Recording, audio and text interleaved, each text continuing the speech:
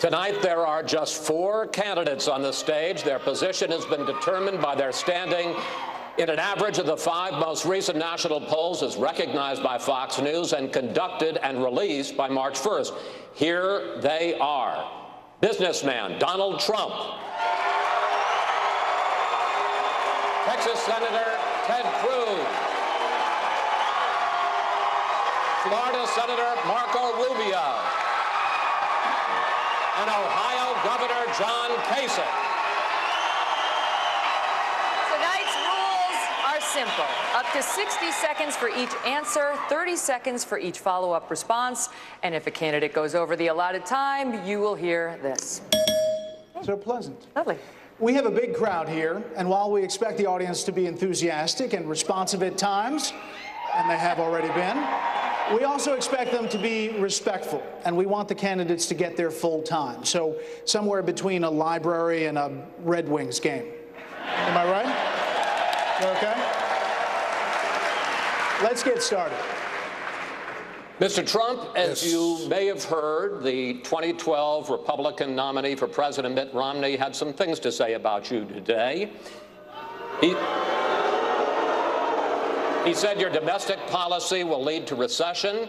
He said your foreign policy will make us less safe. And then he listed what he said are your personal qualities, quoting now Romney on Trump, quote, the bullying, the greed, the showing off, the misogyny, the absurd third-grade theatrics.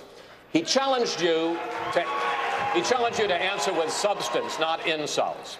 How do you answer Mitt Romney, sir?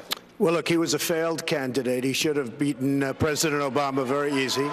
He failed miserably, and it was an embarrassment to everybody, including the Republican Party. He went away, it looked like he went away on a vacation the last month. So I don't take that, and I guess obviously he wants to be relevant. He wants to be back in the game.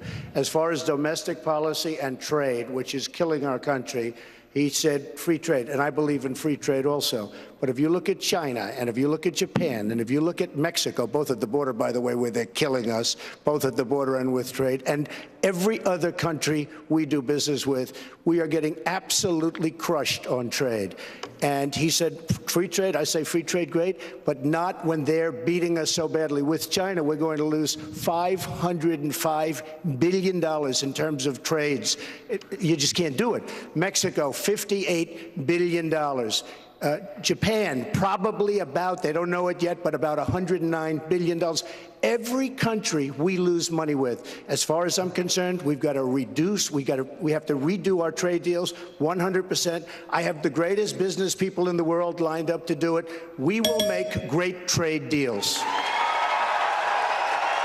Mr. Trump, Romney also talked about your position on race and the controversy over your failure to denounce David Duke on Sunday. You have repeatedly disavowed him since then, but I'd like to go deeper than that.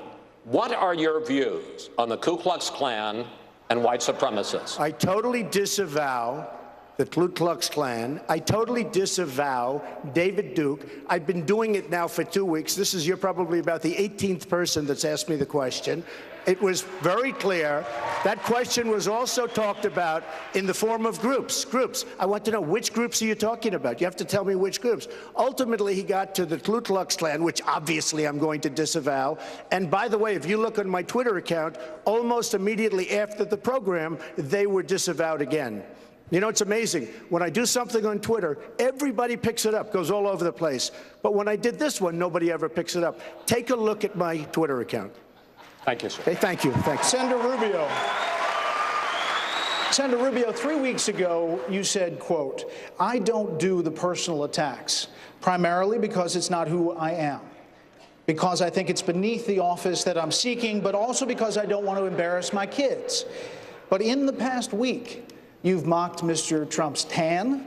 You've made fun of his spelling. You called him a con artist. You suggested he wet himself backstage at the last debate, along with other vulgar jokes and jabs. So what happened? Yeah, you know, Brett, let me say something. This campaign for the last year, Donald Trump has basically mocked everybody with personal attacks. He's done so to people that are sitting on the stage today. He's done so about people that are disabled.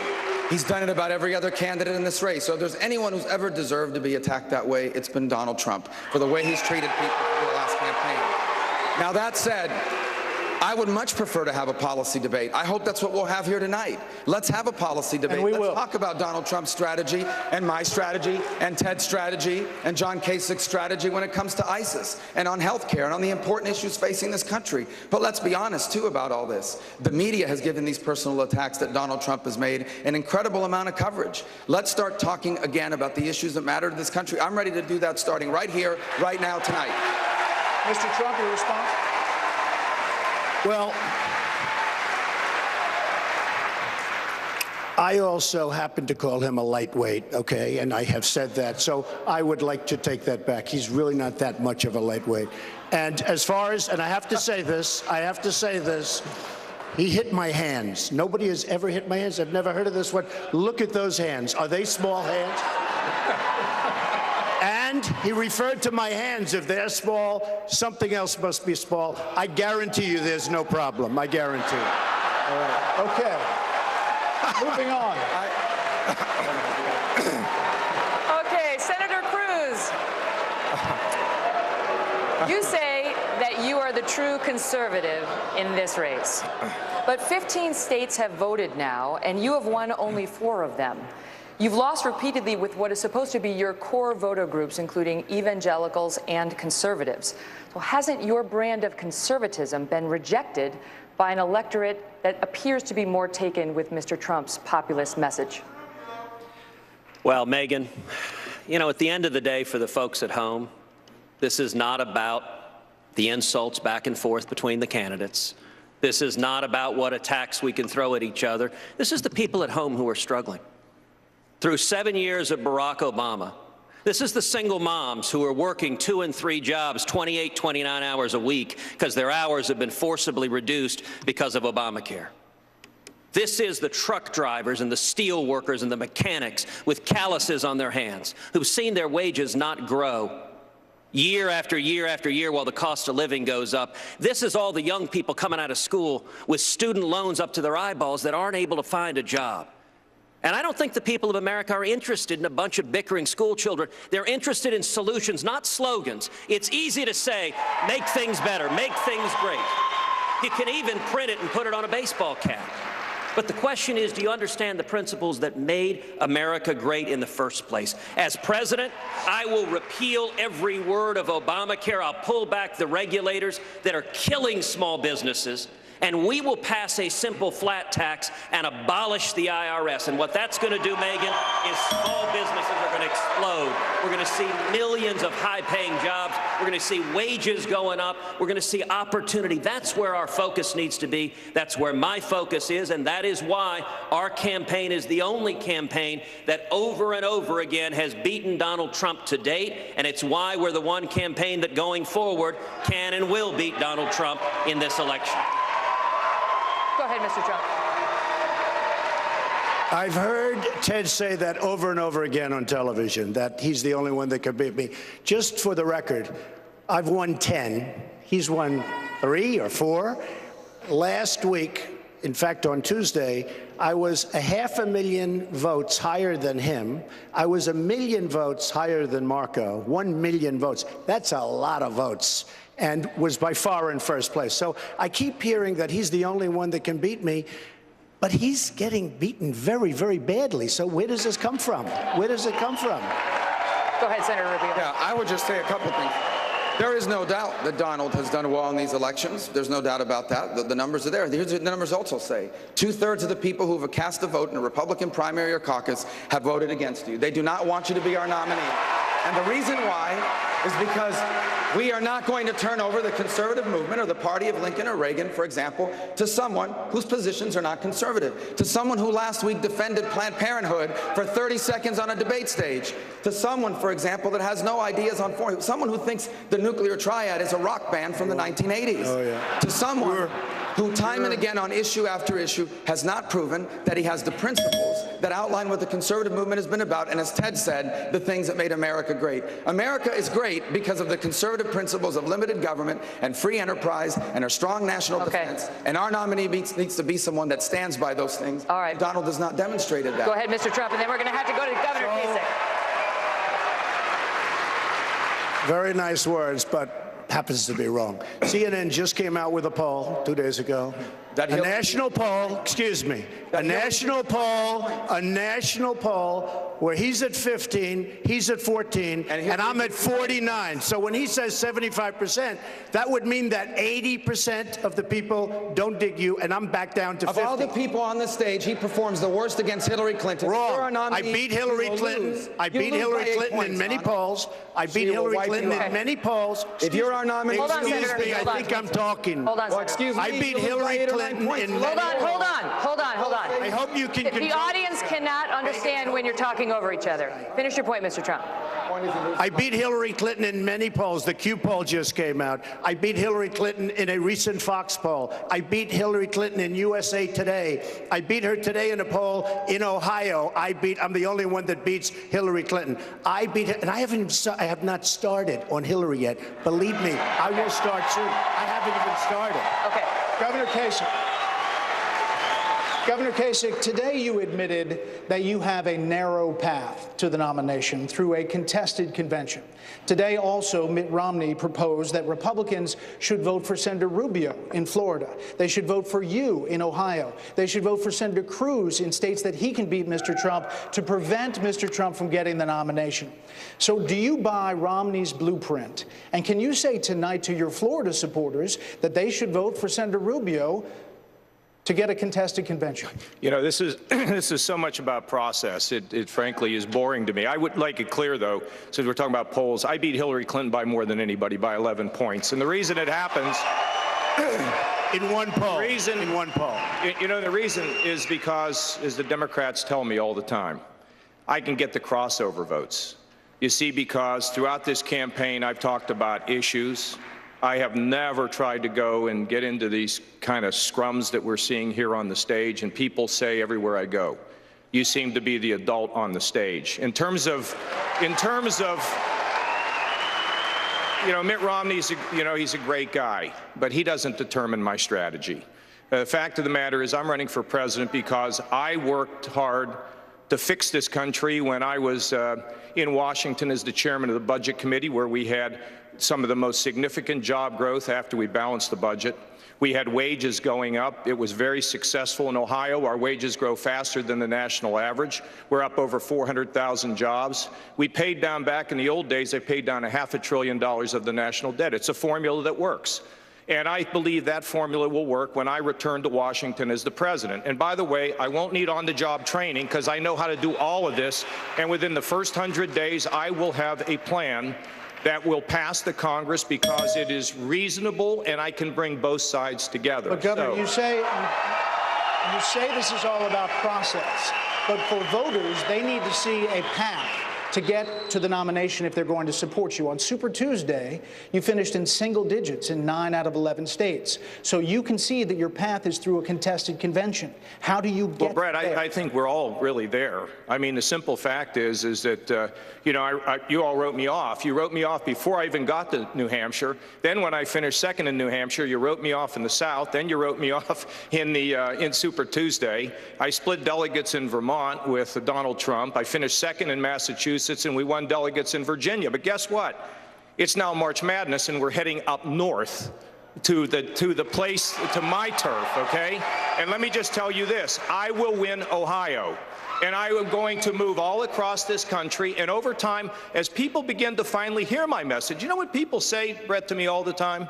Why don't they give you any time on the debate stage? Why is that? So now all of a sudden I'm starting to get it. And what I want the people to know is I know how to bring people together, Republicans and Democrats. I have successfully, both at the federal level and the state level, brought economic growth, wage growth, and economic security to this country, and I want to go back and do it again, and I'm going to keep talking about my message of bringing people together and motivating people in the neighborhoods to realize they don't need somebody from Washington galloping in. There are many things they can do where they live, because the strength of our country is in our neighborhoods and our families, and I'm going to keep doing this. Gentlemen, we want to focus now on the economy, which is one of the top issues on Facebook, with 6.6 million people discussing it online. A lot of that conversation is happening here in Detroit, where the unemployment rate is 10.9%. That's more than double the national average. Senator Rubio, you have taken to calling Mr. Trump a con artist who portrays himself as a hero to working people, while he's really been, in your words, sticking it to the American workers for 40 years. But he has built a big company that employs thousands of people. Question: how many jobs have you created? Well, first of all, government doesn't. First of all, Chris, my point is exactly right. He has spent a career of convincing Americans that he's something that he's not in exchange for their money. Now he's trying to do the same in exchange for their country. This is a fact. He talks about these great businesses that he's built. He inherited over $100 million. Wrong. And with that money, he lost more money than he's Wrong. Mr. Trump, He talks about how he wants to create jobs in America. He can start tonight by announcing that all the Donald J. Trump clothing will no longer be made in China and in Mexico, but will be made here in the United States. And on the issue of job creation, I find this interesting. The private sector creates jobs. The jobs of those of us in public service are to put in place policies that allow the economy to grow. That's the problem with the Democratic Party. They think government is what creates jobs. Government does not create jobs. Now, the way you create jobs is you make America the easiest and the best place in the world to start a business or to expand an existing business. If you go on my website, marcorubio.com, you will see a real plan to fix our taxes, to roll back regulations, to repeal and replace Obamacare, not just lines around the states. Serious policies and proposals. Sir, Mr. Trump, I'd like you to respond. You have 30 seconds to respond. But as part of that, could you respond to his specific assertion about Trump collection clothes, which you say some of it is made in Mexico? This little guy has lied so much about my record. There we go. The person He has lied so much about my record. Mr. Rubio, Senator Rubio, why don't you let him And finish? I will tell you this. First of all, I got a call from my sister and brother tonight, and they said, we had no idea Dad gave you $200 million. Believe me, I started off with $1 million. I built a company that's worth more than $10 billion. And I say it not in a bragging way, but that's the kind of thinking we need. Very low debt, tremendous cash flow. My financials are they're all in there with the federal elections. You've seen them. Everybody's seen them. I say it only because that's the kind of thinking this country needs with $19 trillion in debt. Believe me. Wait 1 second. Specifically and quickly on the question, will you promise that you will, and how soon will you move your clothing collection, the clothes that are made in China and Mexico?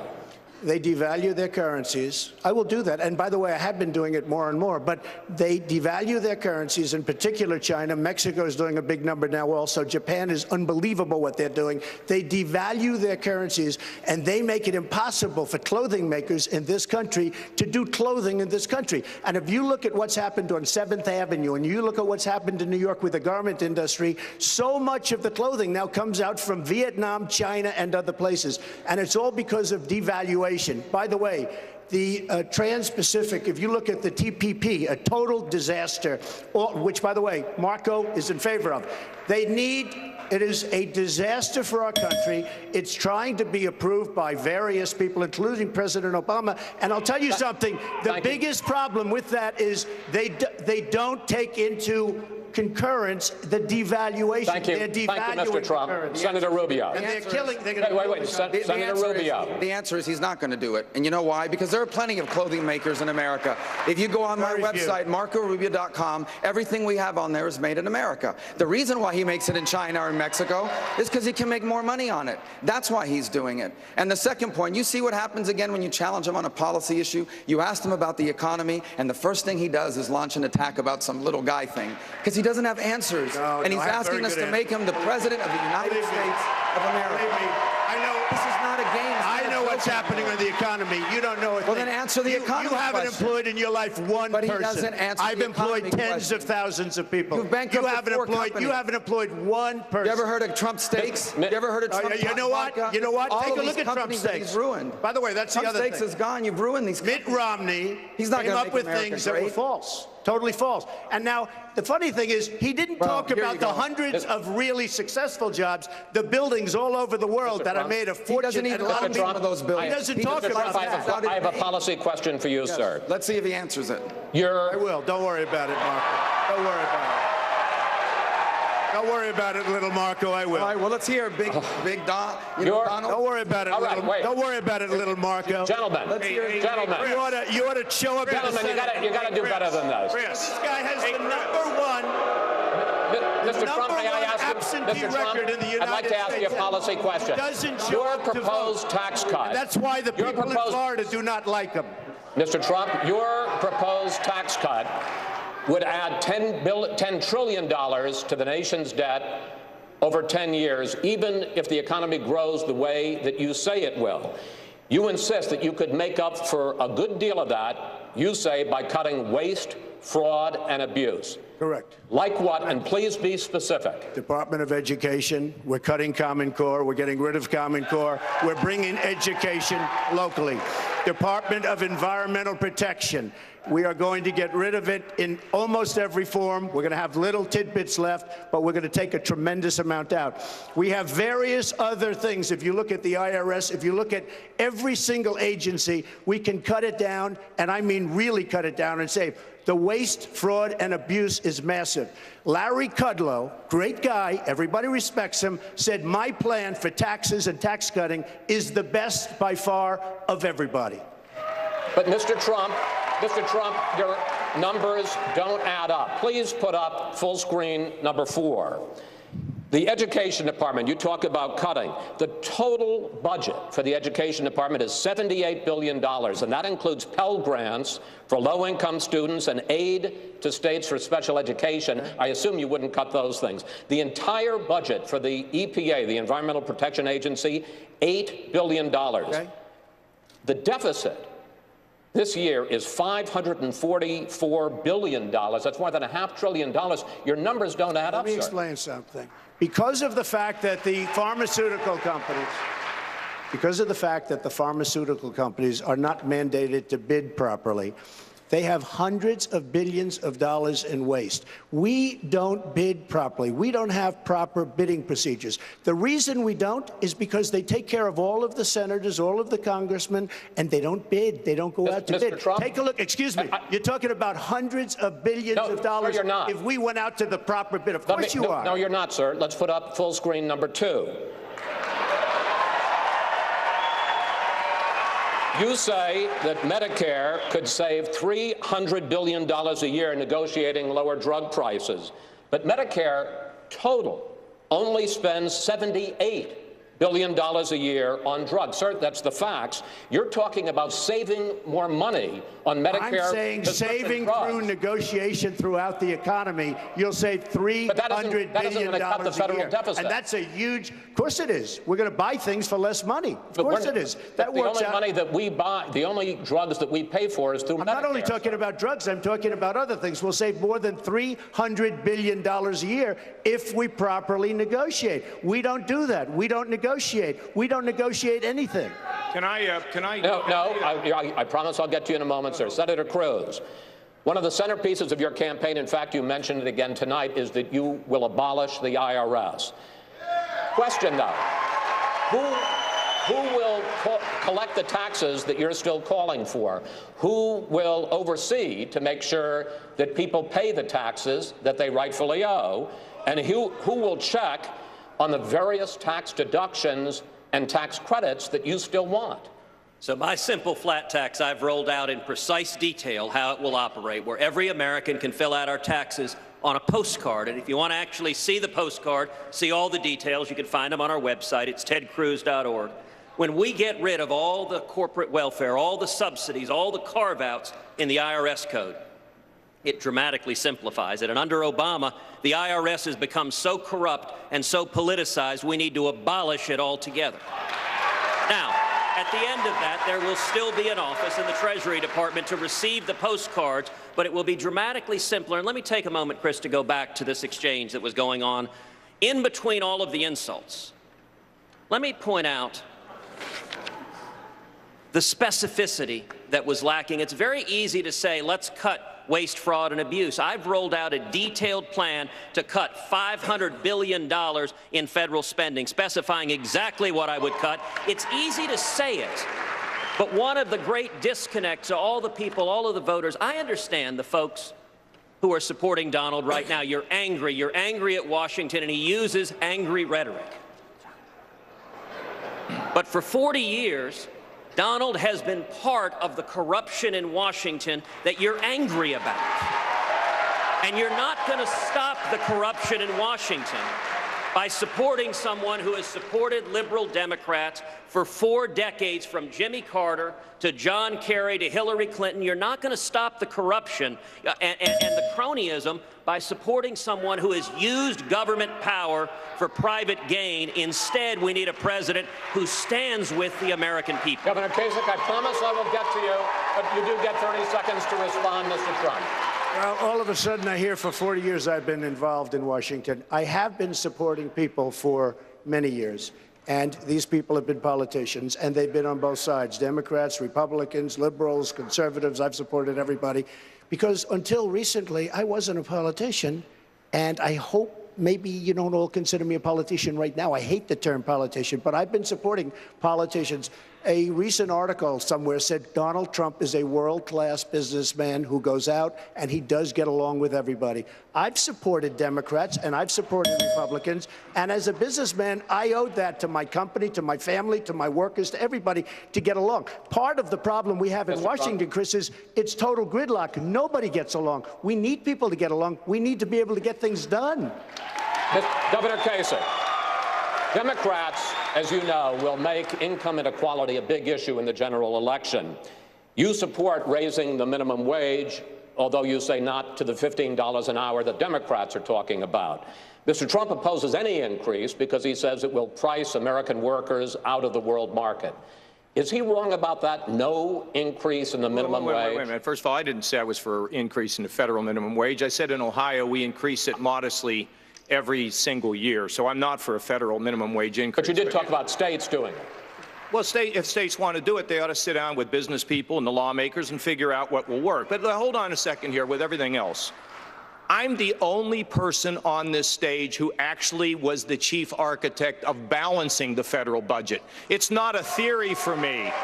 It's not some, you have to know how to put everything together. And, you know, I spent 10 years of my life to get there, and I did not do that because I'm worshiping at some balanced budget shrine. The reason I did it is when you have common sense regulations, lower taxes on individuals and businesses, and you have a fiscal plan that makes sense, the job creators will expand employment. And what happened? When I was there, the jobs were exploding. Bill Clinton's tried to take credit for it. When I went to Ohio, we're up 400,000 jobs. It's the same formula, but it isn't easy. I fought the entire Washington establishment and won, because when you balance a budget, you must affect every single thing. Everything in the federal government specifically. You cannot get there with theories or broad statements, and you have to be willing to take the heat. In fact, I fought a Republican president who I thought was not offering constructive proposals to fix this economy. So when we talk about all this, there's one person on this stage and one person who's been a candidate for president in either party that restored economic strength, growth, a balanced budget, paid down debt, cut taxes, the things that people in this country want. No theories, reality. Thank you, Governor. All right, let's talk immigration for a little bit. Senator Cruz, we'll start with you. You have repeatedly touted how you have stood shoulder to shoulder with Senator Jeff Sessions to fight illegal immigration and amnesty. But Senator Sessions just endorsed Donald Trump. If voters want Jeff Sessions-style immigration policies, isn't their choice rather clear?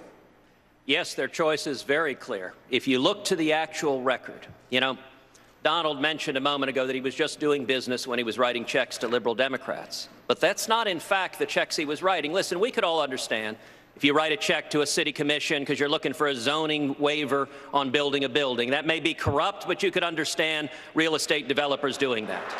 That's not what Donald Trump did. Donald Trump supported Jimmy Carter over Ronald Reagan. Donald Trump supported John Kerry over George W. Bush. If you don't like Obamacare, Donald Trump funded Harry Reid and Nancy Pelosi taking over Congress to pass Obamacare. On immigration, if you don't like amnesty, if you don't like the Gang of Eight, Donald Trump funded 5 of the 8 members of the Gang of Eight, $50,000. And let's talk about this election. The choice Republican primary voters are making is who is best prepared to stand up to Hillary Clinton and beat Hillary Clinton. Donald Trump has written checks to Hillary Clinton not once, not twice, not 3 times, 10 times, and 4 of those checks were not to her Senate campaign. It wasn't that she was the New York senator and it was a cost of doing business. It was to her presidential campaign. Donald Trump in 2008 wrote 4 checks to elect Hillary Clinton as president. Okay. So I'd like to ask Donald, why did you write checks to Hillary Clinton to be president in 2008? It wasn't for business. And how can you stand on a debate stage now with her and say you don't think she should be president? Actually, it was for business. It was for business.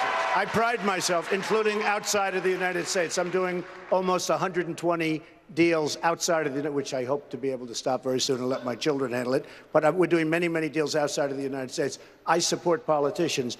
2008, I supported Hillary Clinton. I supported many other people, by the way, and that was because of the fact that I'm in business. I did support very heavily Ronald Reagan. I also supported George Bush, by the way. All right, Mr. Trump. But what would you say stand by, to Hillary Clinton on the stand by, debate Senator stage Cruz. when you wrote her a check in 2008, wrote her 4 checks? Let me tell you something, Ted. The last person that Hillary Clinton wants to face is Donald Trump. That I can tell you. All right. Let's move on. And with all due respect, we have questions. We have questions. That I can tell you. No. Hold on. We can do more of this later. So, Mr. Trump, hi. Hello. How you doing? Nice to be with you, Megan. Great to have you Nice here. You're looking well. You're looking well. As are you. Back in January, you gave an off-the-record interview to the New York Times. It was apparently audio taped. Now, a recent report in BuzzFeed, citing sources at the Times, reports that in that interview you expressed flexibility when it comes to your immigration policy, specifically with respect to your promise to deport the 11 million people who are now living here illegally. You have suggested that you may have expressed some flexibility when it comes to the size of the wall that you want to build. But did you tell them specifically that you are flexible when it comes to your deportation plans? I don't know exactly what, when you talk about off the record. First of all, BuzzFeed, they were the ones that said under no circumstances will I run for president. And were they wrong? But a lot of people said that. Then I did have a meeting with the editorial board of the New York Times, a very nice meeting. Many of those things were off the record, I think at their suggestion and my suggestion. And I think being off the record is a very important thing. I think it's a very, very powerful thing. And I will say this, these 3 gentlemen have gone off the record many times with reporters, and I think they want to honor it. And I would always honor that. I will say, though, in terms of immigration and almost anything else, there always has to be some, tug and pull and deal. And, when I watched Ted stand on the Senate floor, I had great respect for what he did. He stood there for a day and a half or something. In the meantime, what came of it? Nothing. You have to be able to have some flexibility, some negotiation. Now, sometimes you ask for more than you want, and you negotiate down to the point. I may have discussed something like that with the New York Times, but I would never release off-the-record conversations. I don't think it's fair, frankly, to do that to anybody. How flexible are you on this issue? Not very flexible. No, not very flexible. I give the example. I'm going to build a wall. I'm the one that wants the wall. I'm the one that can build the wall. It's going to get built. And by the way, Mexico is going to pay for the wall. I can tell you that. Mexico is going to pay for the wall. But, and I used an example, and this isn't necessarily what was said, but whatever was said, the wall's 50 feet high. Is it going to be 45 feet or 40 feet? That could very well be. That could very well, he wants it to be higher. That could very well be. But there's always give and take. There's always negotiation. And the best negotiator that knows what he's doing will make a great deal. But we need give and take in government. If you don't have give and take, you're never going to agree on anything. Senator Rubio, You not only supported the failed immigration reform effort through the Gang of Eight, but you're still on record as favoring an eventual path to citizenship for those who are here illegally. And in addition, you favored in-state tuition for Florida illegal immigrants.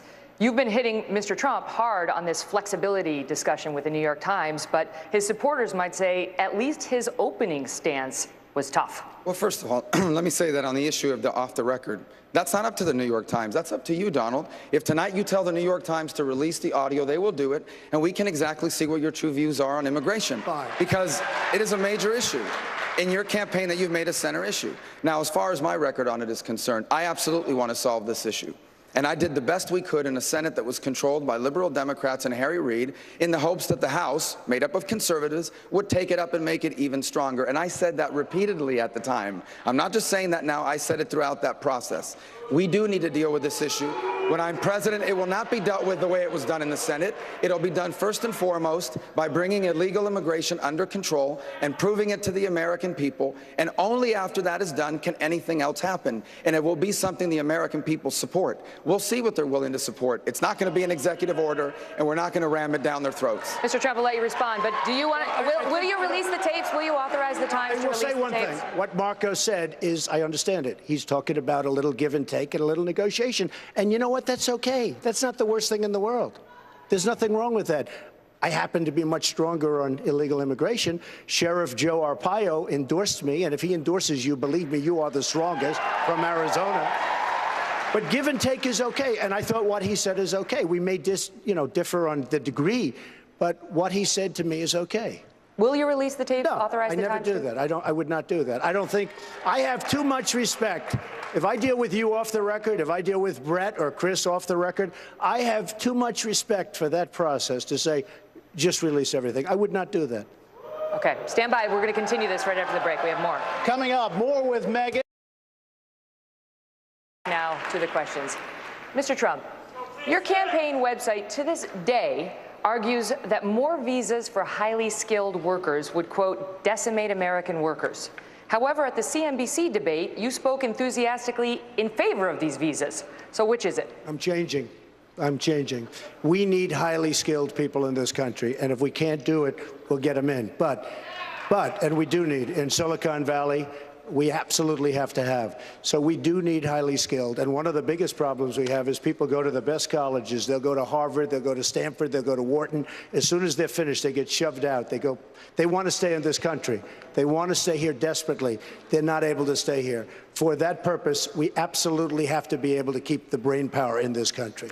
So you are abandoning the position on your website. I'm changing it, and I'm softening the position because we have to have talented people in this country. And you're not releasing the discussion with the New York Times behind closed doors. That is correct. Which will have some asking whether, on your immigration policies, you are really just playing to people's fantasies, No, I'm not which playing. is a tactic you praised in your book, The Art of the Deal. I'm not playing to anybody's fantasies. I'm playing to the fact that our country is in trouble, that we have a tremendous problem with crime. The border is a disaster. It's like a piece of Swiss cheese, and we're going to stop it. We're going to stop people from coming into our country illegally.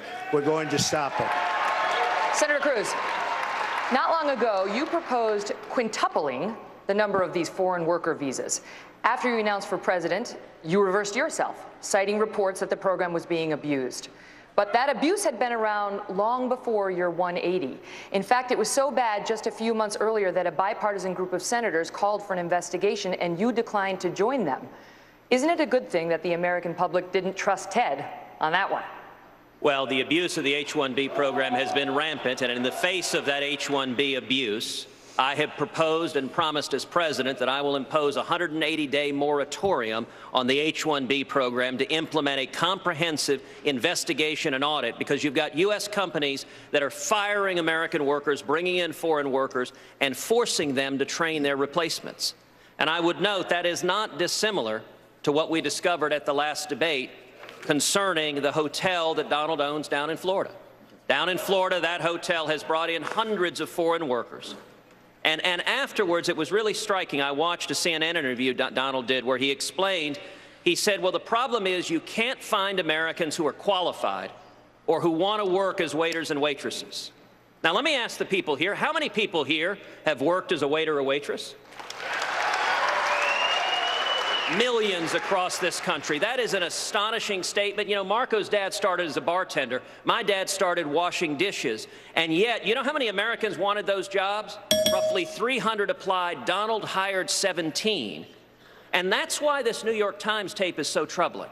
Because what's been reported is that Donald told the editorial board of the New York Times, what I'm saying on immigration, I don't believe. I'm not going to build a wall. I'm not going to deport people. This is all just rhetoric for the voters. Now, if he didn't say that, he has an easy solution. Simply release the tape. But for everyone at home who's mad at politicians who lied to us, Donald's record right now, as he's standing here, his record right now is one of repeatedly hiring illegal aliens and using American workers. Go ahead, Mr. Trump. First of all, I've had tens of thousands of people working for me, most of which, almost 98, 97, 98% of the people in this country, from this country, I'm very proud of it. You have a club in Palm Beach, Florida called the Mar-a-Lago Club. It's a very, very successful club. It has a very short season. It's called The Season, and it goes from November till March. It's a few months, 5 months at the most. People don't want a short-term job. They don't want. So we will bring people in, and we will send the people out. All done legally, all done with a process that's approved by government, 100% approved. We bring people in, we bring them out. When we can, we hire people from Palm Beach or West Palm Beach. But we bring people in, we bring them out. We want to hire as many Americans as we can. But they don't want part-time, very short part-time jobs. Understood. Thank you. That's not accurate. I'm sorry, Megan, that's not accurate. There were at least 300 Americans that applied last year. None of them were hired. Some of them have been interviewed. It's wrong. They were not hired. And here's why he does it this way. Let me explain why he hires them H-2B. Because when you bring them in this way, when you bring someone in from abroad on one of these visas, they can't go work for anybody else. They either work for you or they have to go back home. You basically have them captive. So you don't have to worry about competing for higher wages with another hotel down the street. And that's why you bring workers from abroad. You argue that you're here to fight on behalf of the American worker, but when you have chances to help the American workers, you're making your clothes overseas and you're hiring your workers from overseas. Go ahead, sir. The other hotels during the season, they do the same thing. They take in a lot of people because you can't get them. They take in a lot of people. Long-term employees, we don't do that. But short-term employees, we have no choice but to do it. And other hotels in that very, very hot area. It is a very hot area. It is very, very hard to get people. But other hotels do the exact same thing. And just so you understand, just again, this is a legal process. This is a procedure. It's part of the law.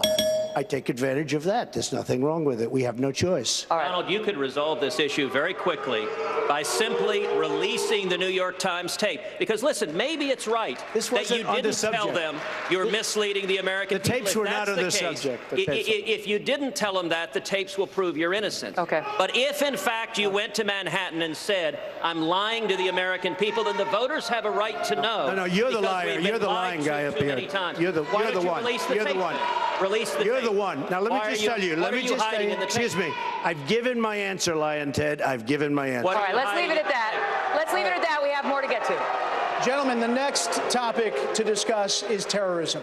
Senator Rubio, ISIS is a big topic of conversation on Facebook. We have a map that shows the conversation about ISIS around the country.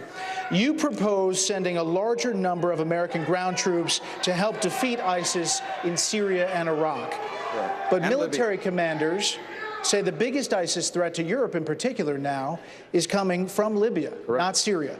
So just to be clear, if you're for putting more U.S. ground troops in Iraq and Syria, are you also ready to send U.S. ground troops on the ground in Libya? Well, Brett, what I've argued from the very beginning is ISIS, in order to defeat ISIS, you must deny them operating spaces. This is how ISIS, or any radical group for that matter, can grow. It's how al-Qaeda was able to carry out 9/11. Is that the Taliban gave them an operating space in Afghanistan. Today, that operating space has largely been based in Iraq and Syria, but I've been warning about the Libyan presence for the better part of 2 years. So they need to be targeted wherever they have an operating space. They do need to be defeated on the ground by a ground force made up primarily of Sunni Arabs themselves. This is a radical Sunni movement. They can only be defeated if they are driven out and the territories held by Sunni Arabs. But it will require a significant number of American special operators in combination with an increase in airstrikes. And that will include, if necessary, operating spaces in Libya, which in fact they are using to project into the Sinai against Egypt and ultimately into Europe as well. Governor Kasich, would you put ground troops in Libya? Well, first of all, Just to be clear, not only did I serve for 18 years on the Defense Committee, more than anybody on this stage, but secondly, I was called into the Pentagon after 9/11 to help Secretary Rumsfeld with some of his difficulties. I will say, look, let me tell you what happened with Libya, and I pointed out in the last debate. Hillary Clinton worked aggressively to depose Muammar Gaddafi. We had no business doing it. He was working with us. He was cooperating with us. He denuclearized. And now they pushed him out, and now we have a fertile ground for ISIS. Fortunately, in Libya, there's only a few cities on the coast because most of Libya is a desert. The fact of the matter is we absolutely have to be, and not just with special forces. I mean, that's not going to work. Come on, you got to go back to the invasion when we pushed Saddam Hussein out of Kuwait. We have to be there on the ground in significant numbers. We do have to include our Muslim Arab friends to work with us on that, and we have to be in the air. And it should be a broad coalition made up of the kinds of people that were involved when we defeated Saddam. Now, you got to be on the ground and in the air, both in Syria and Iraq, and at some point we will have to deal with Libya. I am very concerned about ISIS getting their hands on the oil fields in Libya and being able to fund their operations. The fact is, cool, calm, deliberate, effective, take care of the job, and then come home. That's what we need to do with our military foreign policy. Mr. Trump, just yesterday, almost 100 foreign policy experts signed on to an open letter refusing to support you, saying you're embracing expansive use of torture is inexcusable. General Michael Hayden, former CIA director, NSA director, and other experts have said that when you ask the U.S. military to carry out some of your campaign promises, specifically targeting terrorist families and also the use of interrogation methods more extreme than waterboarding, the military will refuse because they've been trained to turn down and refuse illegal orders. So what would you do as Commander-in-Chief if the U.S. military refused to carry out those orders? They won't refuse. They're not going to refuse me, believe me. But they're illegal. Let me illegal. just tell you, you look at the Middle East, they're chopping off heads. They're chopping off the heads of Christians and anybody else that happens to be in the way. They're drowning people in steel cages. And now we're talking about waterboarding. This really started with Ted. A question was asked of Ted last 2 debates ago about waterboarding. And Ted was, having a hard time with that question, to be totally honest with you. They then came to me, what do you think of waterboarding? I said, it's fine. And if we want to go stronger, I'd go stronger too. Because frankly, that's the way I feel. Can you imagine these people, these animals over in the Middle East that chop off heads, sitting around talking and seeing that we're having a hard problem with waterboarding? We should go for waterboarding, and we should go tougher than waterboarding. But targeting terrorist families? And I'm a leader. I've always been a leader. I've never had any problem leading people. If I say do it, they're going to do it. That's what leadership is all about. Even targeting terrorist families? Well, look, when a family flies into the World Trade Center, a man flies into the World Trade Center, and his family gets sent back to where they were going, and I think most of you know where they went. And by the way, it wasn't Iraq. But they went back to a certain territory. They knew what was happening. The wife knew exactly what was happening. They left 2 days earlier with respect to the World Trade Center, and they went back to where they went, and they watched their husband on television flying into the World Trade Center, flying into the Pentagon, and probably trying to fly into the White House, except we had some very, very brave souls on that third plane, all right? Senator Cruz, I have no problem with it. Senator Cruz? Brett, I think the American people understand that yelling and cursing at people doesn't make you a tough guy. We need a commander-in-chief that, number one, will rebuild the military, just like Ronald Reagan did in 1981, coming out of the weak Jimmy Carter administration. He passed tax reform and regulatory reform. The economy took off. It generated millions in high-paying jobs, trillions in new revenue. He rebuilt the military, bankrupted the Soviet Union, and won the Cold War. As president, I will do the exact same thing with radical Islamic terrorism. We will rebuild this military so that it remains the mightiest fighting force on the face of the planet. And then, when I am commander-in-chief, every militant on the face of the earth will understand that if they go and join ISIS, if they wage jihad against the United States of America, they are signing their death warrant. Senator Cruz, in 2013, you said you were open You were open to the possibility that Edward Snowden had performed a considerable public service, you said back then, in revealing certain aspects of the NSA procedures. Many of your colleagues in the Senate, including Senator Rubio, called him a traitor. It took you until January of this year to call him a traitor and say he should be tried for treason. Why the change of heart, and why did it take you so long?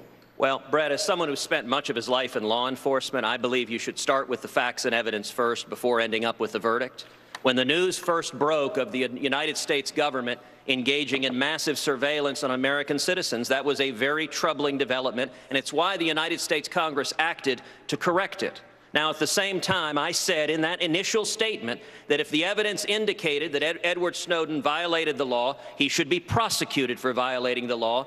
And indeed, since then, the evidence is clear that not only did Snowden violate the law, but it appears he committed treason. Treason is defined under the Constitution as giving aid and comfort to the enemies of America. And what Snowden did made it easier for terrorists to avoid detection. And Snowden's comments afterwards and his behavior afterwards, he fled to Russia, he fled to China. His conduct afterwards indicates that he was not a whistleblower, but instead he was undermining the ability to defend this country. But we need a president who isn't rash, who doesn't just pop off at the hip, but waits to see what the facts are and then acts to defend this country.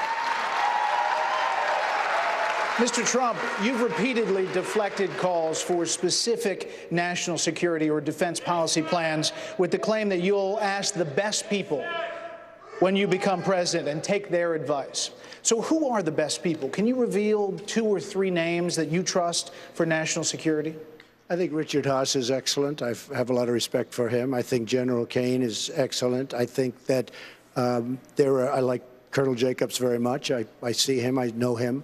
I have many people that I think are really excellent, but in the end, it's going to be my decision. When you just asked the question about Snowden, I will tell you right from the beginning, I said he was a spy, and we should get him back. And if Russia respected our country, they would have sent him back immediately. But he was a spy. It didn't take me a long time to figure that one out, believe me. But I would get the best people, people that I'd be comfortable with, and we will do the right thing. Brett, it's very interesting to note, I think it's for the good of the record here, that they took a survey of Foreign Policy magazine, 700 foreign policy experts. Who would be the best person to conduct foreign policy of all the candidates in the race? I received 55% of the vote. Jeb Bush received 30% of the vote, and everybody else, none of them made double digits. And that's because you have to have the experience. And, you know, we hear about Ronald Reagan rebuilding the military. I was there when Ronald Reagan rebuilt the military. I worked with him. I was there when Ronald Reagan rebuilt the economy. I was there, and I worked with him. I knew Ronald Reagan. And I'll leave it right there with what comes after that. You can figure that one out. Governor Kasich, thank you. We're going to have more questions for the candidates right after this break. Mr. Trump, one of the things people love about you is they believe you tell it like it is. But time and time again in this campaign, you have actually told the voters one thing only to reverse yourself within weeks or even sometimes days. We've teed up just 3 examples in a videotape similar to those we used with Senator Rubio and Senator Cruz in the last debate. The first is on whether the war in Afghanistan was a mistake. Watch. What about in Afghanistan? Do you believe that American boots should stay on the ground in Afghanistan to stabilize the situation? We made a terrible mistake getting involved there in the first place. That thing will collapse about 2 seconds after they leave, just as I said that Iraq was going to collapse after we leave. About Afghanistan, you said we made a terrible mistake getting involved there in the first place. We made a mistake going into Iraq. I've never said we made a mistake going into Afghanistan. Our question was about Afghanistan. That day on October 6th, it was about Afghanistan. Okay, wouldn't matter. I never said it. Next, on whether we should accept the Should I respond to that first? 2 more, and then you'll have the floor. Next, on whether we should accept the Syrian refugees. On whether we should accept the Syrian refugees. Do you object to migrants who are getting out of the Middle East and North Africa? Do you object to them coming to the USA? I hate the concept of it, but on a humanitarian basis, with what's happening, you have to. It's living in hell in Syria. There's no question about it. They're living in hell. Are you saying absolutely people from Syria, the Middle East, should we allow any of them into this country? Look, from a humanitarian standpoint, I'd love to help, but we have our own problems. We have so many problems that we have to solve. Most recently, on whether President George W. Bush lied to get us into the Iraq War. They lied. Okay. They said there were weapons of mass destruction. There were none, and they knew there were none. I don't know if he lied or not. He could have lied. Maybe he did, maybe he didn't. I guess you'd have to ask him. And there are many other examples. So how is any of this telling it like it is? Well, on Afghanistan, I did mean Iraq. I think you have to stay in Afghanistan for a while because of the fact that you're right next to Pakistan, which has nuclear weapons, and we have to protect that. Nuclear weapons change the game. And I was always against going into Iraq. In fact, believe me, I was always against it. There were some cases where I sort of, in one interview with a great friend of mine, and yours, Howard Stern, said that I said very meekly, long before we went in, I said very meekly, well, maybe, I don't know. By the time it got to that point, I was always against Iraq. But Afghanistan, I felt, and in that one, if you notice, I corrected it the second day. Okay? Second question? There are several examples, Mr. Trump. We went through the Afghanistan being a mistake. Within one day, you reversed yourself on Syrian refugees. Let me explain that. You're right. Let me explain. First time the question had been put to me, it was very early on. The migration had just started, and I had heard that the number was a very, very small number.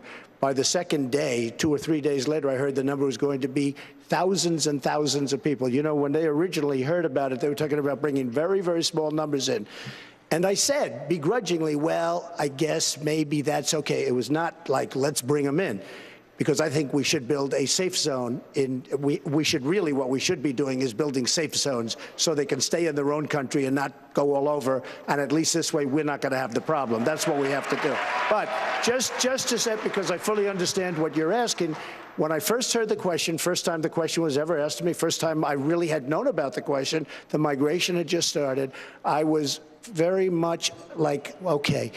By the time I went back and studied it, and they were talking about bringing thousands and thousands, I changed my tune. And I don't think there's anything wrong with that. But the point I'm going for is you change your tune on so many things, and that has some people saying, what is his core?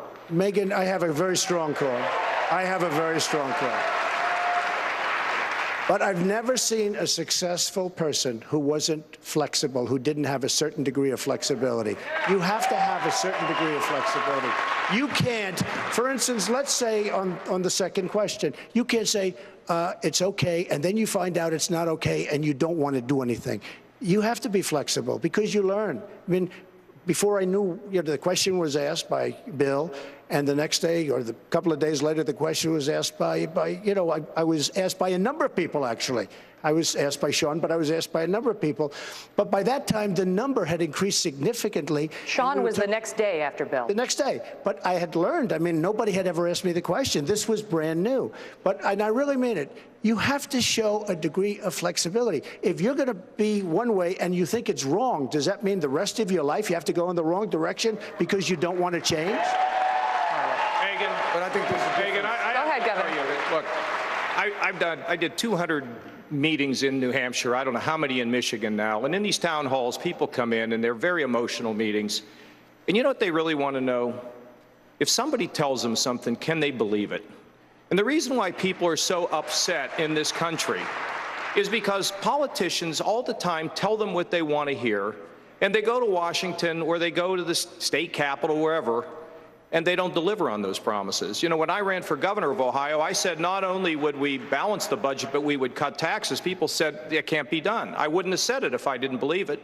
We cut taxes in Ohio more than any governor in the country, and $5 billion worth of tax cuts. We're now running a surplus in Ohio.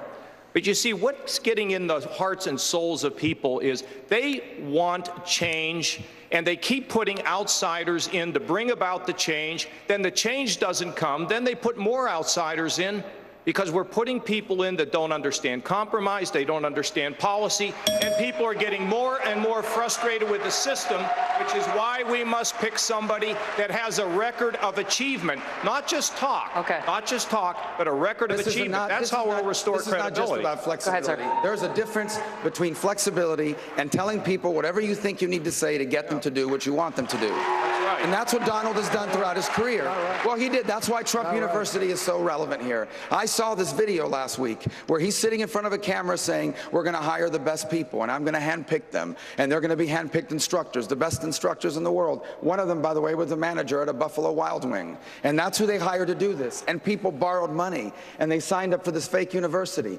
And these people owe all of us money now, and they got nothing in return for it. But you were willing to say whatever you had to say to get them to give you their money. Go ahead, and we're not going to do We'll that to our find out country. when we have the trial. By the way, just so you understand, this is a case I could have settled very easily, but I don't settle cases very easily when I'm right. 98% approval rating. We have an A from That's the Better false. Business Bureau. We have a That's false. 98% approval rating of That's people that false. took the course. We have an A from the Better Business Bureau, and people like it. Now, he's saying they didn't learn. We have many, many people that will be witnesses. Again, I don't settle cases. I don't do it because that's why I don't get sued very often, because I don't settle, unlike a lot of other people. We have a situation where we will win in court, but many of the people that are witnesses did tremendously well and made a lot of money false. by taking the course. Go ahead, Senator. Well, you're going to see. You're going to see. You don't know. It's a D Go minus. ahead. It's Senator It's a Ruiz. D minus. No, no, I've it's read wrong. the affidavits. No, It is before a they D had minus. the information. Go on my Hold- website, MarcoRubio.com. Before they had the information. Wait, Senator Rubio, stand by. Let him finish his point Once quickly, they had and then I'll give you the floor. information, it is right now an A. Once they had the now nothing. It doesn't information, exist it anymore. got switched. The only reason it was a D was because we didn't care. We didn't give them the information. of the people When they signed got up the asked for the money information, back. it became an A. With A third of the respect, people- with respect, Marco, we went back. you don't With know. respect, we went back and looked at this. Yes. The rating from the Better Business Bureau was a D minus. Right, That's the correct. last publicly exactly available right. rating in 2010, and it was a result of the number of complaints they had But it received. was elevated to an A. It was never elevated. That's never It been was publicly elevated released. to an A. I could But- give it to you. but I will listen- give it to you. Let's just bring the viewers up to speed. Let's just bring the viewers up to speed. It was elevated to an A. Let me just set the record, and then you guys can have at it. There was Trump University, which was a business that you started, and it was marketed to many people, and now there is a class action of over 5,000 plaintiffs against you, Mr. Trump. Right. And it involves veterans, and it involves teachers, and it involves so-called little guys, working class and lower working class and middle class, who say that they were fleeced, who say it was a scam. The class has been certified, and in that case, you countersued the lead plaintiff, alleging that you were being defamed.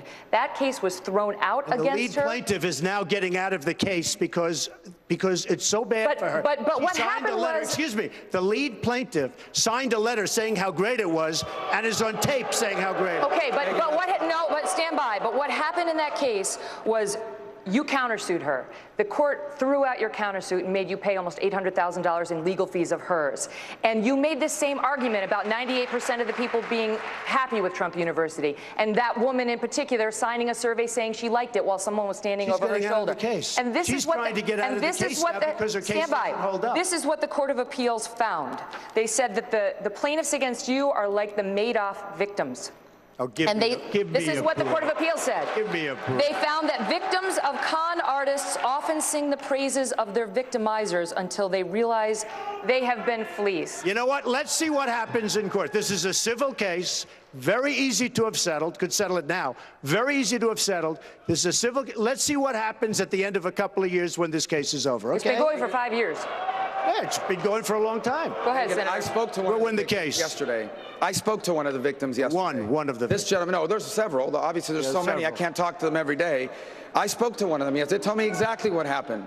They signed up for this course because they believe Mr. Trump was this fantastic businessman, that Donald's going to teach them all the tricks of the trade.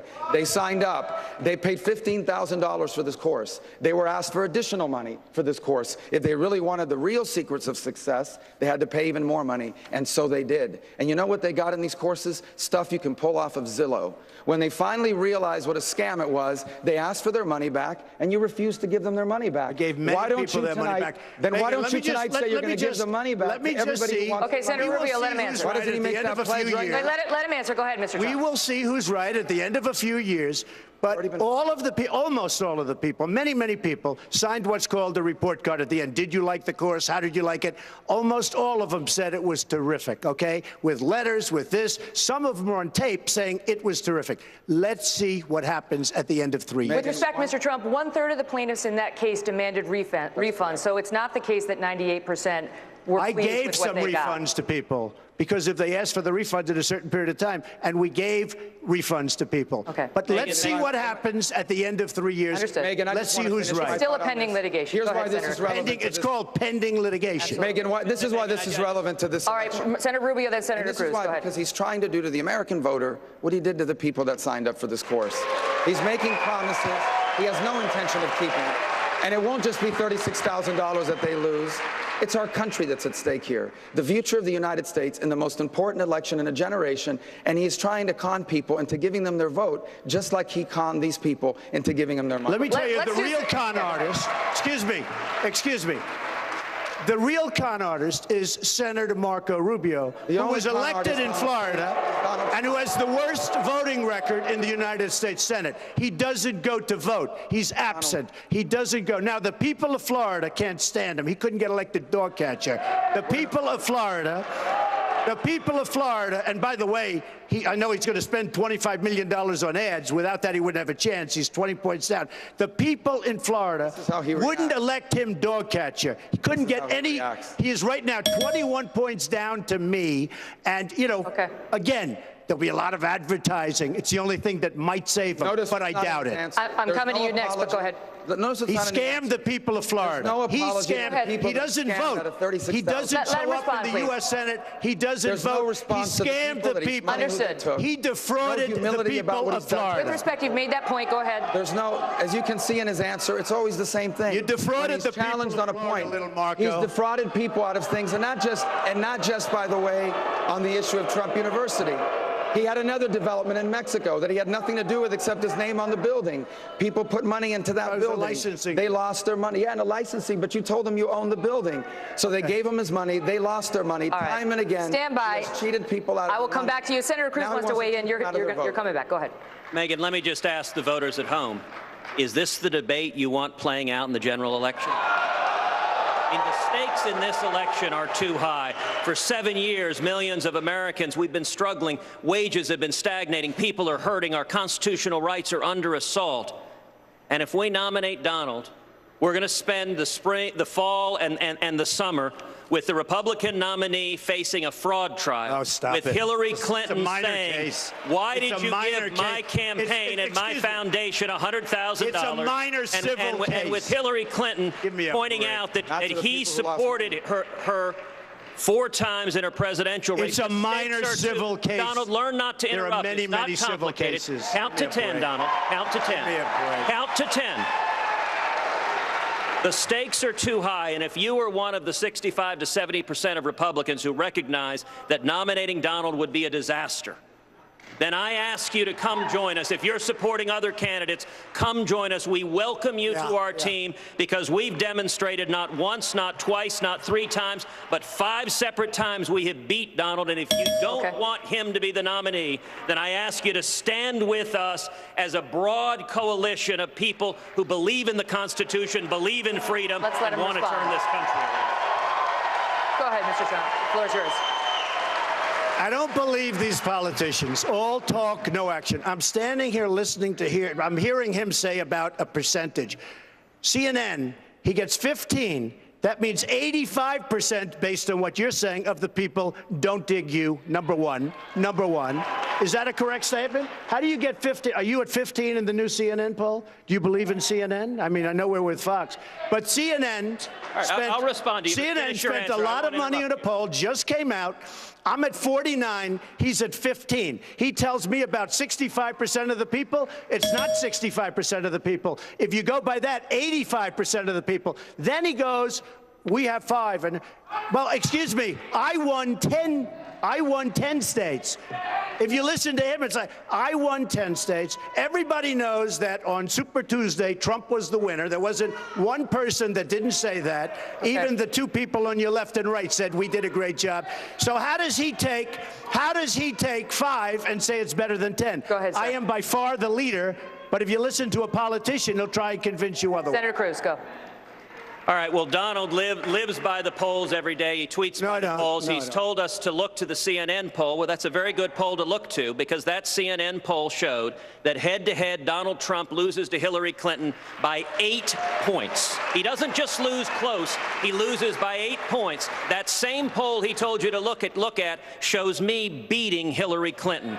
We cannot mess this up. And by the way, the last 4 polls in a row, when you nominate a candidate who literally has been on every side of every issue, and in the course of this debate, maybe on 2 other sides before we're done, that's not how you win, and the stakes are too high. All right, I'm going to let Mr. Trump. I'm going to let you respond to that, Mr. Trump. I'm going to go to you, Governor. You're up next. Me beating Hillary Clinton, and very, very easily. Okay.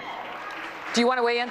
Look, honestly, when I see people at these meetings, these town halls, where we take massive questions, and I get to spend time with them. Last night, there was a woman that came to tell me about the loss of her 15-year-old son, who took his own life. See, there's people in this country, and Ted's right, their wages haven't gone up for so long.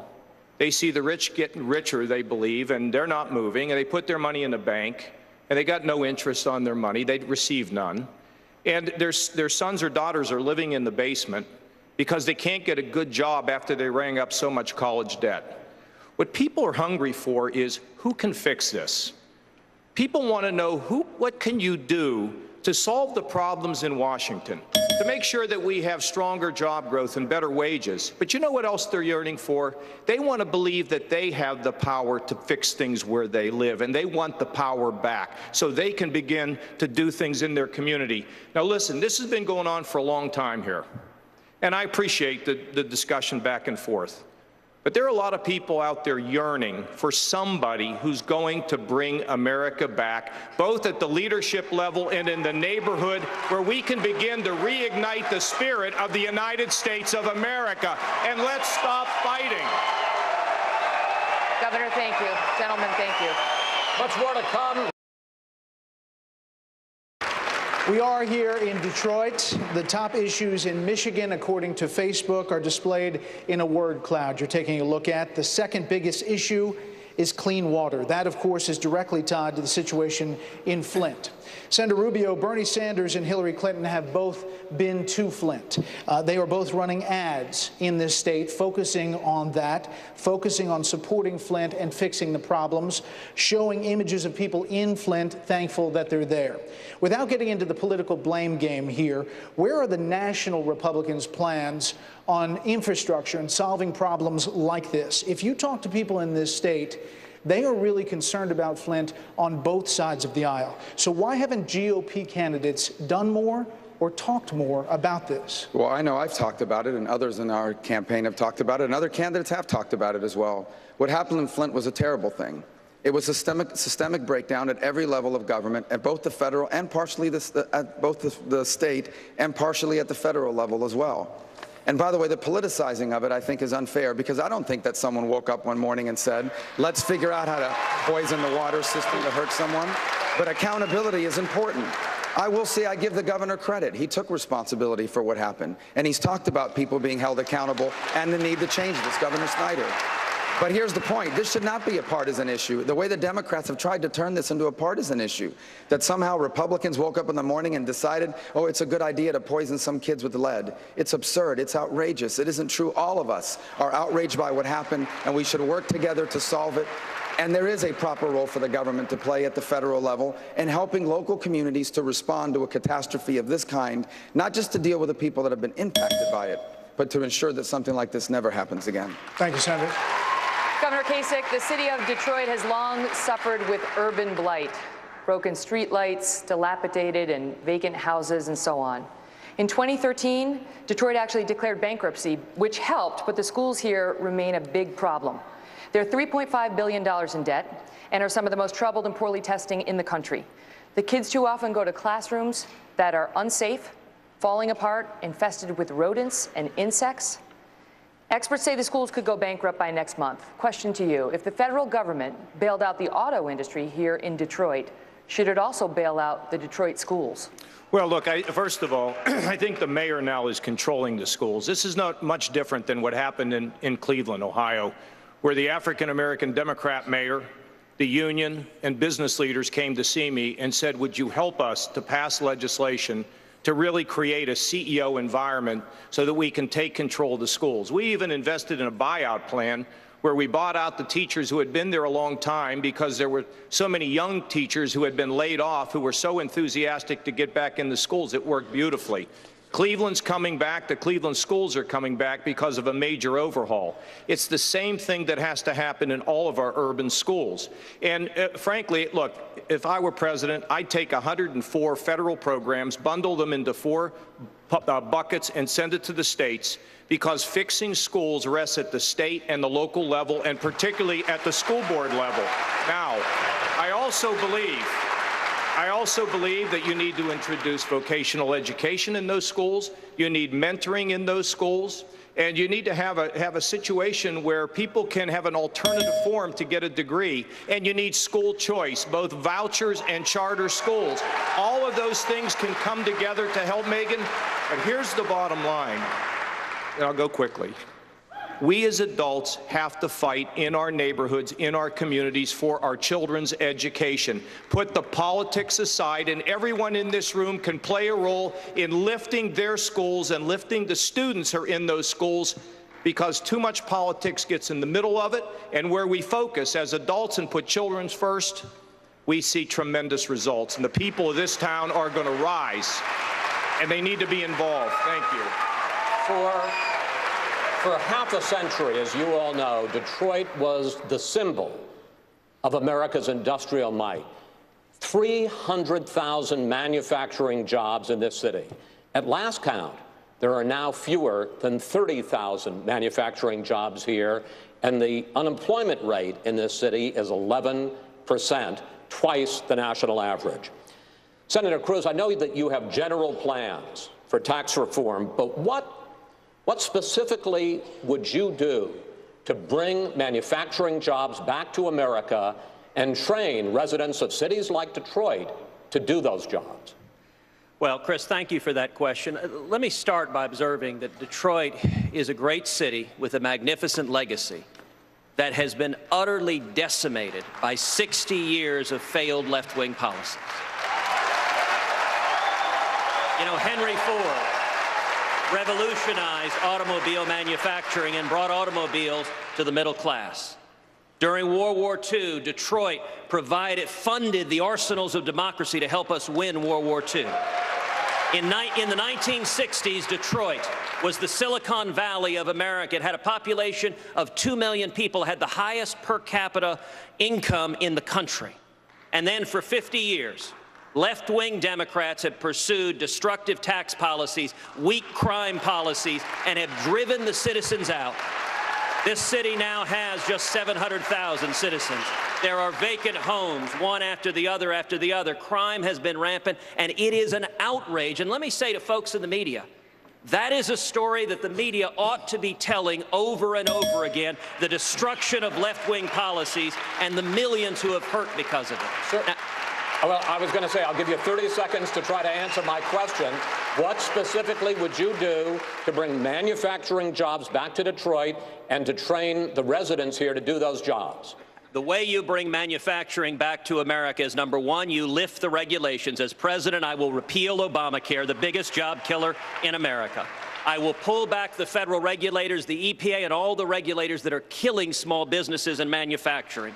And my tax plan, which is a very, very detailed plan on the website, tedcruz.org, is what's called border adjustable. We get rid of all the taxes. We get rid of the corporate income tax and the death tax and the Obamacare taxes and the payroll tax, and we replace it with a 16% business flat tax that is border adjustable, which means all exports are entirely tax-free and all imports pay the 16% business flat tax. That's a 32% differential. What that will do, Chris, is bring millions of manufacturing jobs back to this country, bring the steel industry back to this country, create an environment where when we compete on a fair and level playing field, American ingenuity can beat anyone, but right now the federal government isn't giving us a level playing field. Thank you, Senator.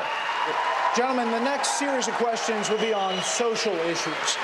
Governor Kasich, the last debate you were asked a question about religious liberty and a hypothetical situation where a same-sex couple approaches a cupcake maker to do their wedding. Here's what you said. If you're in the business of selling things, if you're not going to sell to somebody you don't agree with, okay, today I'm not going to sell to somebody who's gay, and tomorrow maybe I won't sell to somebody who's divorced. Governor, some faith leaders got nervous about that answer. Do gay marriage dissenters have rights? Well, look, first of all, I try to be a man of faith every day as best as I can.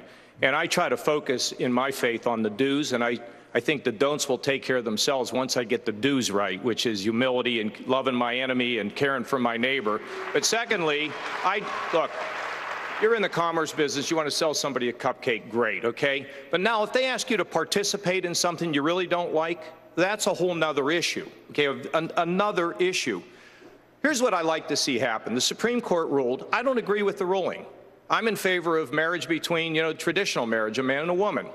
What I hope was going to happen after the Supreme Court ruling is things would settle down. If you go to a photographer to take pictures at your wedding and he says, I'd rather not do it, find another photographer. Don't sue them in court. You know what? The problem is, in our country, we need to learn to respect each other and be a little bit more tolerant for one another. And at the end of the day, don't go to court. Can't we have common sense in America? That's the way it used to be. And there was a book written called The Death of Common Sense. We need to bring it back. But at the end of the day, if somebody is being pressured to participate in something that is against their deeply held religious beliefs, then we're going to have to think about dealing with it with a law. But you know what? I'd rather people figure this out without having to put another law in the books and have more arguments in this country. Why don't we come together as a country, respect one another, love one another, and lift this country? I think that's what people want. So, Senator thanks for asking. Senator Cruz, the U.S. Supreme Court obviously declared same-sex marriage legal in all 50 states, a decision you have criticized. Given the current status of the law, do you believe a gay couple should be able to adopt? Well, listen, adoption is decided at the state level, and I am a believer in the 10th Amendment in the Constitution. I would leave the question of marriage to the states. I would leave the question of adoption to the states. That's the way it's been for 2 centuries of our nation's history, until 5 unelected judges in an illegitimate and wrong decision decided to seize the authority over marriage and wrongfully tear down the marriage laws of all 50 states.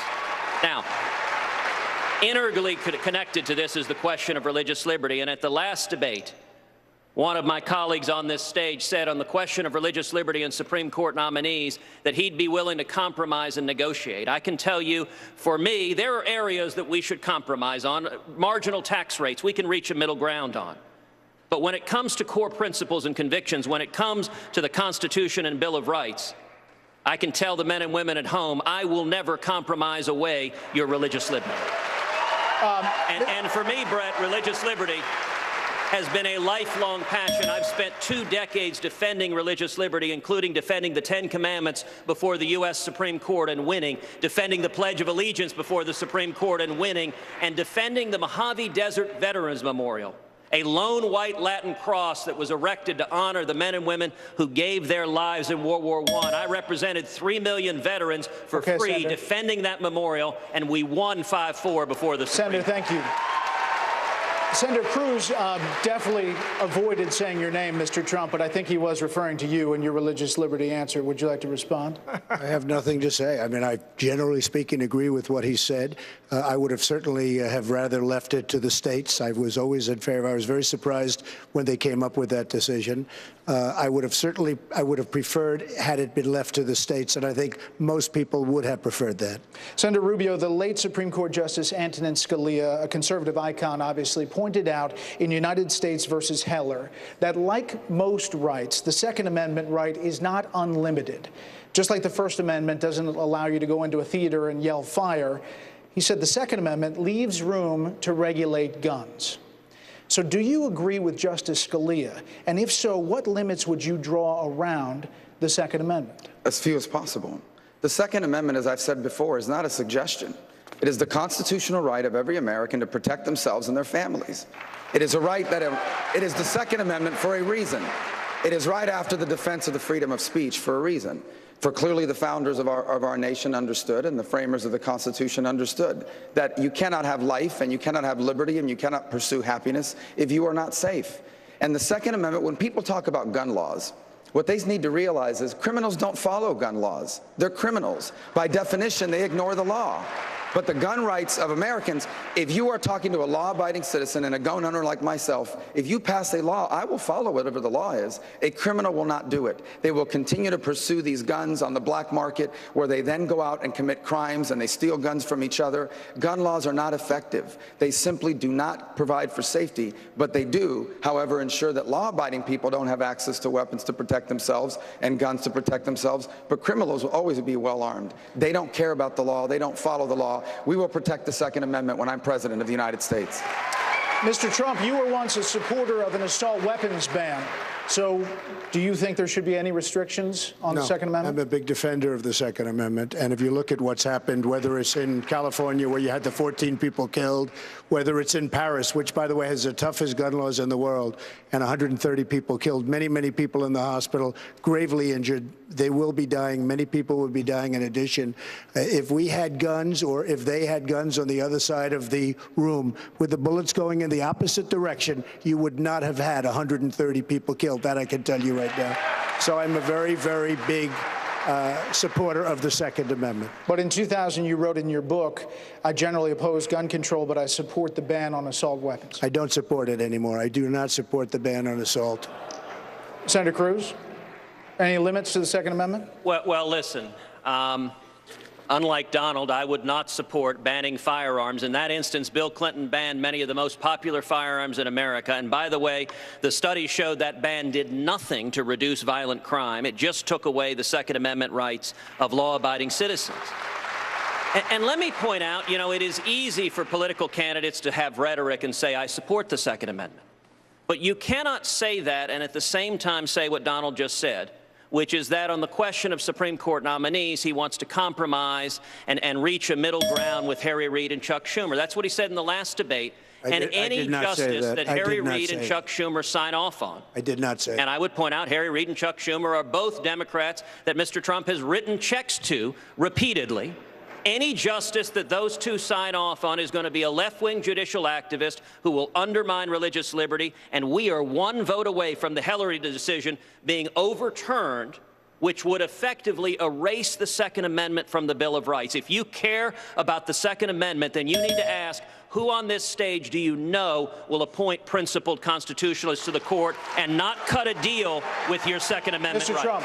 So we're listening to the all-talk, no-action politician, and he was the primary supporter of John Roberts, who gave us Obamacare. No, it's not. You take a look. He was the primary supporter. He pushed John Roberts and pushed him, and Bush ultimately appointed him. He got appointed, and when it came his time to raise his hand and kill Obamacare, not once but twice, he let us down, and he did the wrong thing. This is the man that was the primary supporter. And you can read Law Journal, you can read whatever you want to read. I've read plenty of it. There was no stronger supporter of John Roberts than him, and it was a very, very big mistake. Quickly, Senator Cruz. You know, Donald has a tenuous relationship with the truth. I wrote one op-ed supporting President Bush's nomination after he made it. I would not have made that nomination. But let me point out, not what you say in the op-ed. That is not what you said in the op-ed. Donald, please, I know it's hard not to interrupt. But it's not what you said in the op-ed. Breathe. Lion Ted. Breathe. You can do it. You can breathe. I know it's hard. I know it's hard, but just... When they're done with the yoga, can I answer a question? You cannot. I really hope that we don't see yoga on this stage. Well, he's very flexible, so you never know. Brett, you cannot, in fact, care about conservative Supreme Court justices and support Jimmy Carter for president. You cannot care about conservative Supreme Court justices and support John Kerry for president, as Donald did. You cannot care about conservative Supreme Court justices and support Harry Reid for Senate Majority Leader. And you cannot care about conservative Supreme Court justices and write 4 checks to Hillary Clinton for her to be president if you care at all about the Second Amendment or religious liberty or anything else. Gentlemen, we're going to move on. Thank you very much. We want to talk about some more policy questions coming up. And coming up, And gentlemen, we're going to focus for a bit now on foreign policy. Senator Rubio, you like to take a shot at Mr. Trump on the campaign trail, saying that negotiating a hotel deal in a foreign country is not foreign policy. The other day, you even compared him to Kim Jong-un, the North Korean leader, as lunatics trying to get a hold of nuclear weapons. Please tell Mr. Trump why he's unprepared to be commander-in-chief. Well, first of all, I think as we've seen throughout this campaign, Donald has not shown a seriousness about the issues of foreign policy. He just simply hasn't. Whether it was the structure of our military, even today he was asked a question about the issue of commanders not following his lead on killing the family of terrorists. And his answer basically was, if I tell them to do it, they're going to do it. Now, that's just not true. Foreign policy is not only consequential, I think much of our future now depends on it. You know, I see a lot of young people at my events around the country. I feel great when they come. And I always tell them that despite the hardships of the moment, I honestly believe that today's millennials have a chance to be the greatest generation we've had in 100 years. I really do. Because the world today has hundreds of millions of people that can afford to be their clients, their customers, their partners, people they collaborate with. But that won't happen if the world is dangerous and it's unstable. And that will require strong American leadership. The next president of the United States is going to have 8 years of a mess of a foreign policy to clean up. That's why it can't be Hillary Clinton. And quite frankly, that's why it can't be someone who simply has not shown the intellectual curiosity or the interest in learning about these very complicated issues. And Donald simply hasn't. Mr. Trump, your response. Well, let me just say this. I've gotten to know Marco over a period of time. Believe me, he is not a leader. Believe me. And, but that doesn't answer the question. He didn't interrupt you, but it is not a leader. And frankly, when I say they'll do as I tell them, they'll do as I tell them. And it's very simple. It's very simple. We are in a very dangerous place. We have a depleted military, totally depleted. We have, by the way, our vets are treated horribly. We're going to take care of our vets. We're going to start taking care of our vets properly, like we should. But we're going to build up our military, and we're going to get the equipment we want, not the equipment that's sold to us by somebody that gave him and not the governor campaign contributions, okay? We're going to get the equipment that the generals and the soldiers want. I will prove to be a great leader. And, you know, it's very interesting. We talk about the polls. Every single poll, when it comes to ISIS and the military and the border, say by far Trump is the best. Mr. Trump, your time is up. Yeah, I just want a couple points. Once again, he was pressed on a policy issue to show his understanding of the foreign policy, and his reaction was just to attack somebody else with a name. Here's the bottom line, and I'm going to repeat it again. The world today is as complicated and as complex as it has been certainly in the lifetime of anybody here today. You indeed do have a lunatic in North Korea with nuclear weapons. You indeed do have the Chinese government taking over the most important shipping lane in the world. And Vladimir Putin, who you've expressed admiration for, Wrong. Donald, well, you've expressed admiration. Wrong. I know Someone you see it. as a strong leader. Wrong. Is now dividing Europe up. He said very good things about me, and I said that's wonderful. I'm going to finish my statement here. Yeah, and he's also sowing instability in the Middle East. You have Iran is going to get $100 billion of sanctions relief. You have radical jihadists spreading all over the world. This is a time for seriousness on these issues. You have yet to answer a single serious question about any of this. Will you give us a detailed answer about foreign policy anytime you're asked on it? Let me just tell you, first of all, I've been hearing this man so long talking about Putin. Putin said about me. I didn't say about Putin. Putin said very nice things about me. And I say very nicely, wouldn't it be nice if actually we could get along with Russia, we could get along with foreign countries, instead of spending trillions and trillions of dollars? You're talking about Flint, Michigan. You're talking about places. We need to rebuild the infrastructure of our country. Wouldn't it be nice if we got along with the world, and maybe Russia could help us in our quest to get rid of ISIS, et cetera, et cetera?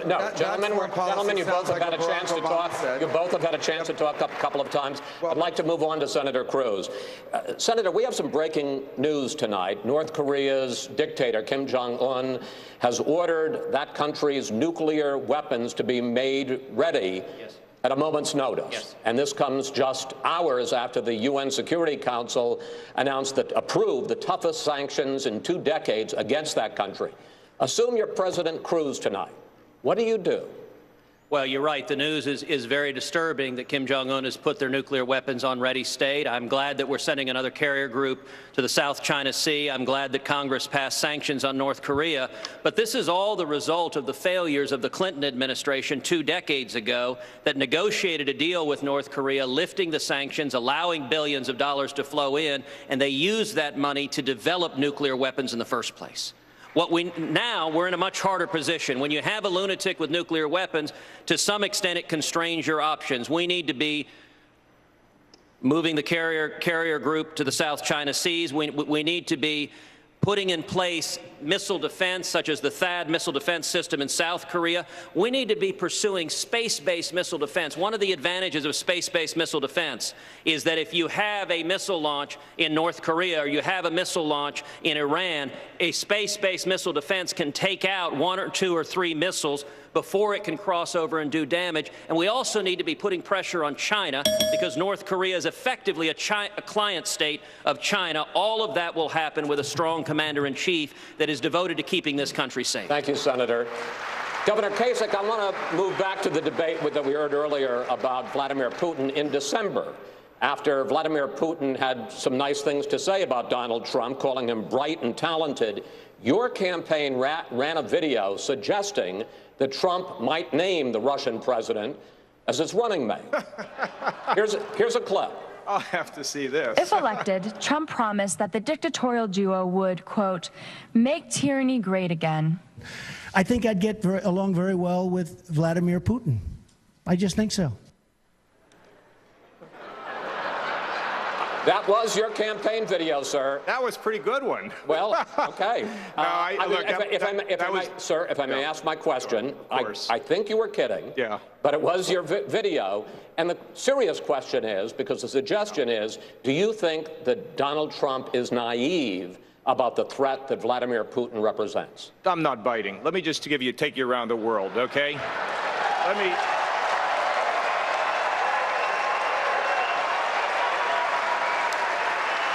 Look, I'm going to take you very quickly.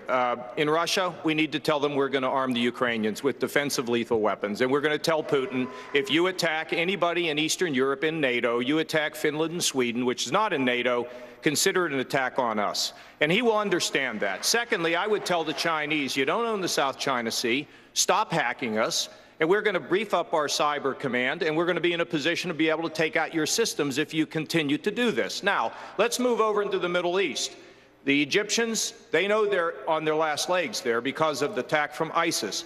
Jordanians really have been our friends. They know that they're at risk. So do the Saudis. So do the Gulf states. They are our allies, really, or have similar aims. We need to bring them closer to us. Turkey, a critical avenue to the Middle East. We have to bring them towards the West and not towards the East. And we have to be joint and have good human intelligence. That's sort of a semi-trip around the world, and if you gave me more time, I'd finish the trip. Governor, thank you. Thank you. Coming up, a final question and closing statement.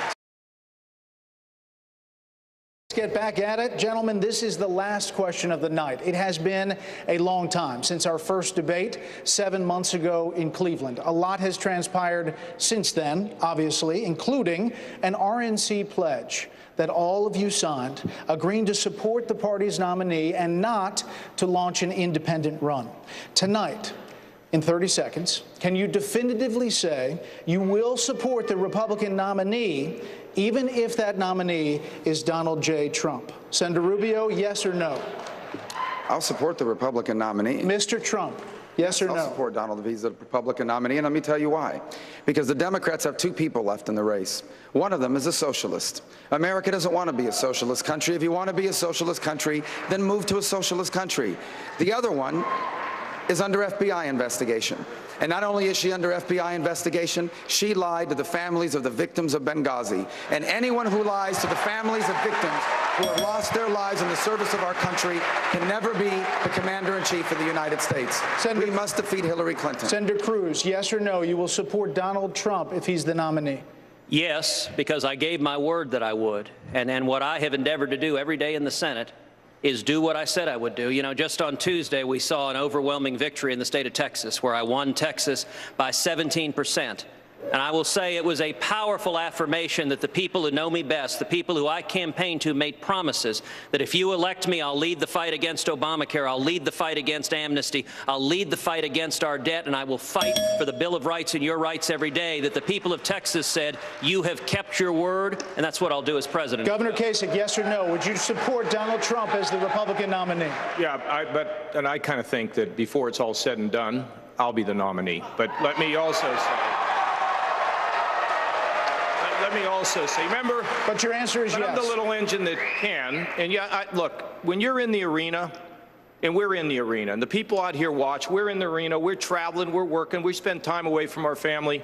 When you're in the arena, you enter a special circle, and you want to respect the people that you're in the arena with. So if he ends up as the nominee, sometimes he makes it a little bit hard, but, you know, I will support whoever is the Republican nominee for president. Mr. Trump, I'm going to ask you a version of the same question. As we saw today with Mitt Romney, the Never Trump movement is gaining steam.